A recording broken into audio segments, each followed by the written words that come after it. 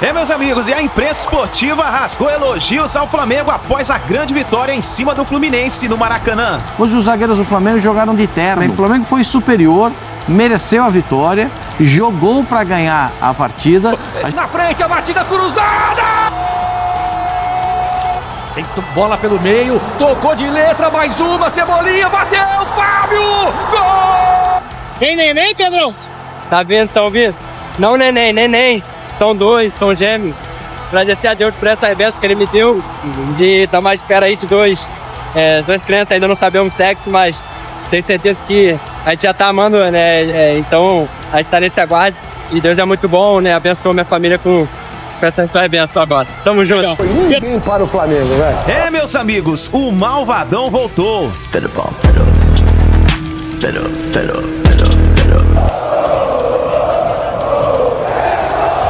Meus amigos, e a imprensa esportiva rasgou elogios ao Flamengo após a grande vitória em cima do Fluminense no Maracanã. Vamos lá, nação, analisar sim, Pascoal falando sobre o Mengão. Pra você, minha querida Glaucia, que saudade, que privilégio estar com você nesse Sport Center. E com o Pascoal, que eu aguento ele a semana toda, né? Mas tudo bem, vamos aí também no domingão. Mas eu gostei dele aí em pé. Que estilo, que elegância. Obrigado. E vamos junto, fã de esporte. Falar desse Fla-Flu que deu a lógica, né? O Flamengo era o favorito e venceu bem.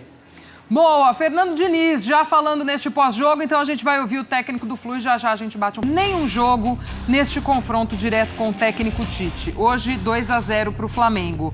Ô Pascoal, muito do que você já pontuou aí na sua abertura e a gente ouvia também a fala do Diniz e até entre nós a gente conversava aqui, muito a tônica desse pós-jogo para o Fluminense, essa questão das mudanças, dos jogadores que ele poupou, desse equilíbrio, pensando no que foi o meio de semana e no que vai ser esse jogo decisivo de quinta-feira para o Fluminense. Achei até ali os colegas também muito mais tranquilos, né, para fazer a sua pergunta para o Diniz, não também batendo tanto nisso em você perdeu um Fla-Flu, mas entendendo que é o momento dessa decisão para o Fluminense. Eu também entendo dessa forma, porque você tem que pensar no maior, né? O maior é a conquista da Recopa Sul-Americana, né?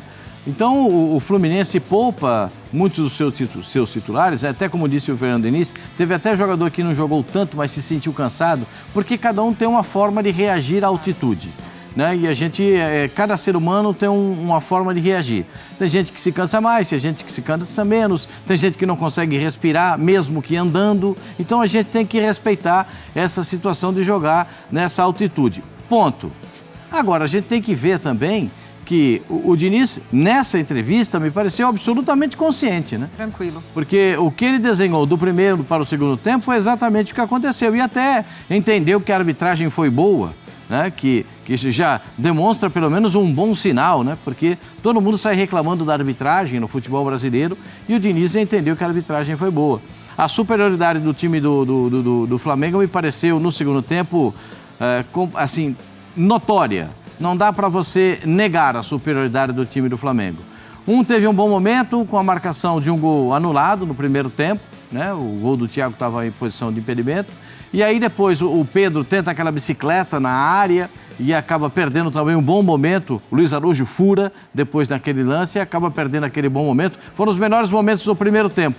Mas na etapa complementar o jogo se transforma e o Flamengo toma conta definitivamente. Por conta também dessas mudanças que o próprio Diniz fala, né? É interessante quando ele diz que no segundo tempo as mudanças e quem entra precisa até de mais ajustes, né, Zinho?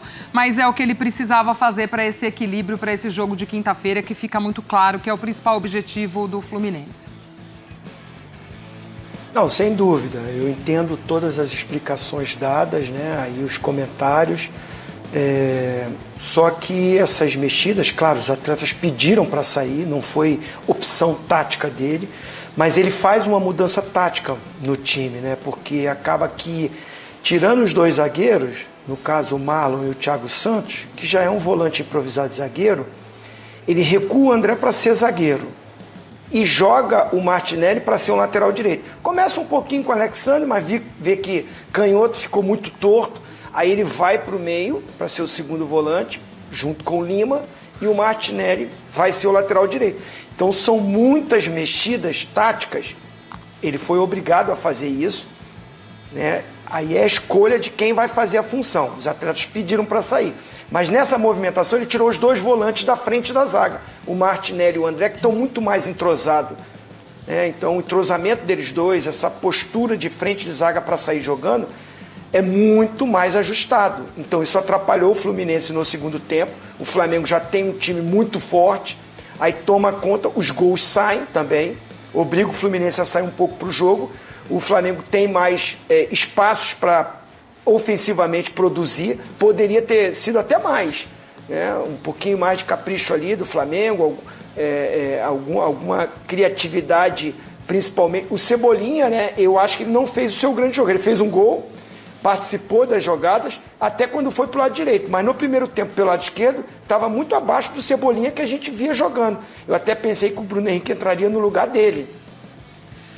Mas aí com os espaços, tanto o Bruno Henrique como o Cebolinha, a Arrascaeta, o próprio Pedro depois, o Gabigol menos, ainda está sem um ritmo, mas o Luiz Araújo, tiveram esse espaço dado por uma mudança tática e de jogadores que não são da posição.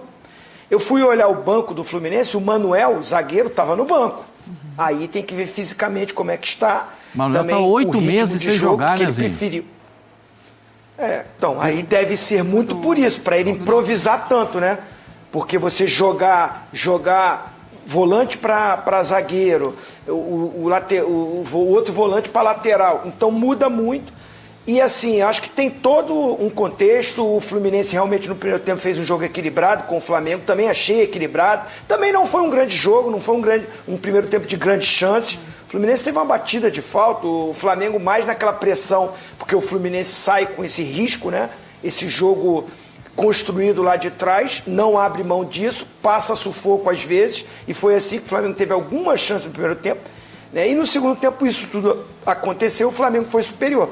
A minha projeção do Fluminense é visando o jogo de quinta, porque no primeiro jogo contra a LDU, tem altitude? Tem, dou esse desconto também, fisicamente os jogadores sentem, mas vejo que o Fluminense está só com o plano A, de sair construindo o jogo, e não tem posse de bola no campo ofensivo.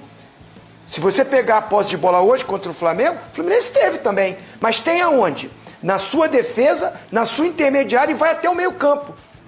Contra a LDU na quinta, o Fluminense vai ter que ter essa posse de bola lá no campo ofensivo, lá dentro da LDU, senão não vira. Então acho que o Fernando Diniz tem que começar a pensar, passou o Fla-Flu, perder não é bom, mas estava no contexto, tem a viagem, tem tudo isso. Mas o Fernando Diniz tem que buscar uma solução para esse time ser mais ofensivo. Ter a posse de bola é ótimo, mas ter essa posse de bola lá no campo ofensivo para criar, porque vai precisar fazer gol. É essa a minha projeção já pensando na quinta, Gláucia. Pois é, Zinho, você falou aí do banco do Fluminense, se a gente for olhar, alguns jogadores nem à disposição ficaram hoje justamente pensando nessa situação de quinta. Ele começa ali com o Renato Augusto, também com o Douglas Costa como titular. Muitos imaginavam que talvez até o próprio John Kennedy poderia começar esse jogo, porque ficou fora da partida da quinta-feira passada contra a LDU, porque não podia jogar, cumprir a suspensão da final de Libertadores. Mas também entra depois no decorrer da partida, Pascoal. E como o Zinho falou, o jogo mesmo, a gente comentava na redação aqui assistindo, não era um grande jogo das duas equipes, não era um grande clássico, Até o segundo tempo, por conta de tudo que a gente está discutindo, vai um pouco mais para o lado do Flamengo, mas não era aquele grande clássico de encher os olhos. E o Diniz até em algum momento também foi questionado desses iniciais dele, de como ele armou esse time, o Renato Augusto como titular, não poderia ter entrado depois, enfim, mas acho que ele, dentro do que ele tinha de opções, e ele já falou, para quinta-feira ele vai com o que ele considera o principal. Acho que ele tentou escalar a sua equipe mais forte nesse misto aí. Eu acho que as modificações do segundo tempo fizeram toda a diferença no jogo, E principalmente quando o Alexandre vem jogar de lateral direito, Ele tem uma dificuldade tremenda, E o primeiro gol sai em cima dele. Porque ele não consegue dominar a bola, ele dá o lado errado ainda para a bola ser cruzada na área. Então, e aí depois ele tenta consertar com o Martinelli vindo para a lateral.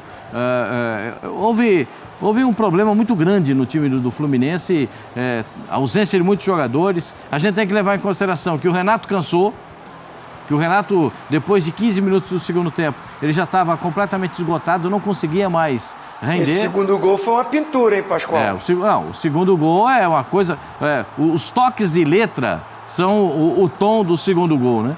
Porque a bola vem do De La Cruz, vai passar no Arrascaeta, ela vai no Arrascaeta, do De La Cruz, no Arrascaeta, no Pedro, 2 toques de calcanhar e a conclusão do Cebolinha, que o goleiro Fábio não consegue fazer a defesa. O segundo gol é gol de almanaque, é gol para você guardar, é bonito fazer gol, um jogo bem trabalhado, uma jogada que sai muito bem entabulada entre os jogadores, né?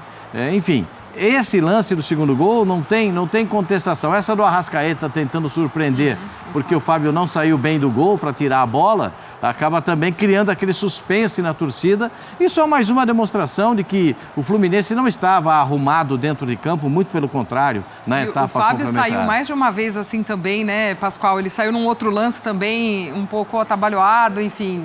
Teve uma bola dentro da pequena área, claro, ele sofre a falta do Pedro, mas é um daqueles lances que a bola fica ali dentro da pequena área e que dá uma agonia no torcedor. Aí o Zinho entra com um argumento que eu acho muito positivo, né?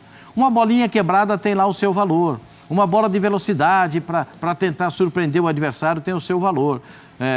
Eu sei que hoje não era possível, dentro de algumas circunstâncias, o Douglas Costa já não é mais aquele jogador que tem aquela velocidade absurda, mas ele é um jogador bem e bom tecnicamente, que pode segurar uma bola, pode dar condição de ataque, né? A bola tocada sempre para o alto no cano é uma bola que facilita demais a vida dos zagueiros do Flamengo. Hoje os zagueiros do Flamengo jogaram de terno, eles não sujaram a roupa. Por quê? Porque a bola vinha no alto e eles tiravam a bola. O Cano não é um jogador que tem essa estatura toda, favorecia muito mais a defesa do Flamengo. O Flamengo foi superior, mereceu a vitória, jogou para ganhar a partida. A gente pode ter alguns argumentos de alguns jogadores que não jogaram como a gente imaginava, mas é uma situação que você tem que analisar. Hoje, o Flamengo, mesmo não jogando um futebol brilhante o tempo todo, foi melhor do que o Fluminense e mereceu o resultado. Isso é uma realidade, é um ponto que não precisa nem ser discutido. As discussões partem de algumas situações. Primeiro, a volta do Fluminense para o segundo tempo, né? Com um canhoto na lateral direita. É uma grande dificuldade, né? Que o Alexander não conseguia se posicionar para dominar a bola. E quando ele atacava, ele levava a bola por dentro e favorecia a marcação do time do Flamengo. Né? Sempre tinha alguém para roubar a bola dele. Enfim, são coisas que aconteceram no jogo, mas que também o Fernando Diniz botou o que ele tinha para... o Manuel estava... O Zinho falou do Manuel. 8 meses. O Manuel teve um caso de doping. Sim. Que ele foi pego no doping, mas ele não teve culpa. Né? Porque ele tomou um remédio indicado, manipulado, e ele não teve culpa. Né? Mas mesmo assim, quem sofre é o jogador. Cumpriu. Que ele teve que cumprir. 8 meses ele ficou afastado do futebol. Está voltando agora, enfim, a gente espera que ele possa voltar em condições e que ele possa ter novamente brilho jogando com a camisa do Fluminense, porque o Fluminense vai precisar dele.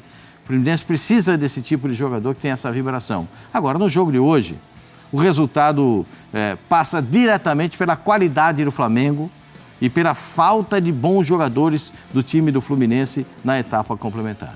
Tá então, nação, grande vitória do Flamengo em cima do Fluminense. Tá aí, o Flamengo conseguiu essa boa vitória, um golaço do Everton Cebolinha, na verdade foi da equipe inteira ali, tocando de primeira e tal. E o gol do Pedro, hein? Pedro que marcou o seu gol, continua marcando gols em cada partida, jogando aí pelo Mengão. E aí, meus amigos, tá aí, o Flamengo venceu e está com as mãos na Taça Guanabara. Vamos ver o que vai acontecer daqui pra frente. Nação, escreva aí nos comentários o que você achou da vitória de hoje, deixe seu like e a gente se vê no próximo vídeo.